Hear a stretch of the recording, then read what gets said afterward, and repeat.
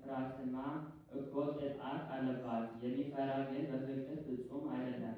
እኛ እርስ በርሳችን እንዋደድ፣ እግዚአብሔርን እንወድደው፣ እርሱ ቀድሞ ወዶናልና። እግዚአብሔርን እንወደዋለን የሚል ወንድሙን ግን የሚጠላ ሐሰተኛ ነው።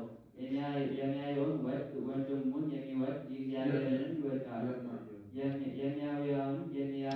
የሚያየውን ወንድሙን የማየው ግን እንግዲህ የሚያየውን እግዚአብሔርን ሊወድ እንደምን ይቻላል? እዚህ ነው ከሱ የተቀበለው ትእዛዝ እግዚአብሔርን እንወደዋለን ዘንድ ወንድሞቻችን እንወድ ዘንድ እግዚአብሔርን የሚወድ ሁሉ የወንድሙን ይውደድ።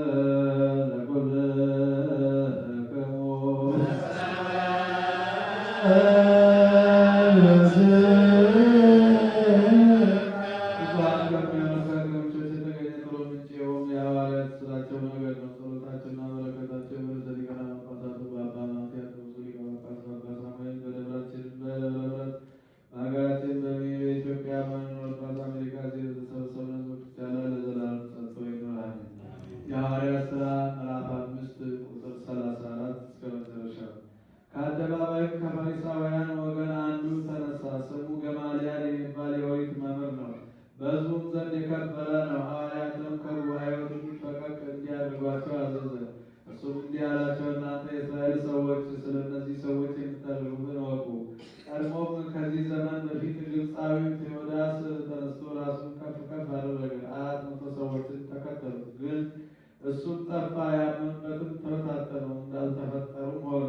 ከእሱም በኋላ ሰዎች ለግብር በተቆጠሩበት ወራት ገሊላዊው ይሁዳ ተነሳ፣ ብዙ ሕዝቦችን ተከተሉት። እሱም ሞተ፣ የተከተሉትም ሁሉ ተበታተኑ። አሁንም እኔ ልንገራችሁ፣ እነዚህ ሰዎች ተዋቸው፣ አትንኳቸው። ይህ ትምህርታቸው ስራቸው ከሰው የተገኘ ከሆነ ያልፋል፣ ይጠፋል።